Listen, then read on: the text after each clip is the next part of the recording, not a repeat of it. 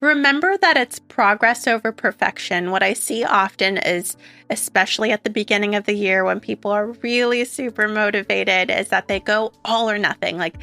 One day they're eating turkey and mashed potatoes and gravy, and then the next day they're eating quinoa and kale and only whole foods, plant-based. And that's a big change. And I feel what set myself up for success long term was going at a pace that allowed me to feel comfortable and also not thinking about the short term, but thinking about the long term.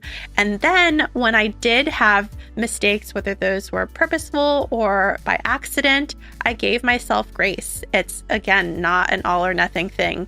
You can have whatever you want to eat, a hamburger today, but tomorrow you can have your plant-based dish and continue moving forward every meal choosing the plant-based option. I wanted to ask you about 3 different meals of the day. So we have breakfast, lunch, and dinner to get perhaps your favorite recipe or something that could say your favorite meal out of each of those ones. So breakfast, have you got a meal idea that someone could introduce for that meal? I have been loving the breakfast burrito in my book. That was the photo that stood out to me. I looked at that and I was like, yes, that looks incredible. That one is my favorite. It is a breakfast burrito that's really hearty with beans and hash browns, and it's really customizable, so you can really toss in anything else. Those are my 2 favorite ingredients.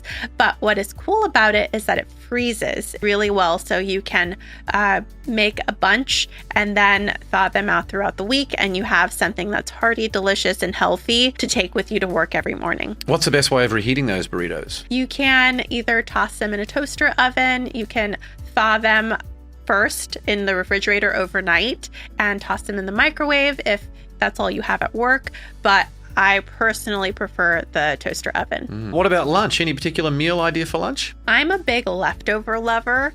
I do a lot of big batch dinners so that I can eat leftovers in the morning. So that's my first choice. But I have also really liked this meal prep pasta salad in the book that you can layer in jars. And what I love about layering in jars, and this is something that's also very trendy online on social media, is that the pasta doesn't get soggy with the dressing. You put all the dressing on the first layer and then all the vegetables in a way that is not going to make your greens soggy or your herbs soggy. And by the top, you have your pasta and you dump it in a bowl. It's really pretty and tastes good and is very filling as well. Instagram worthy.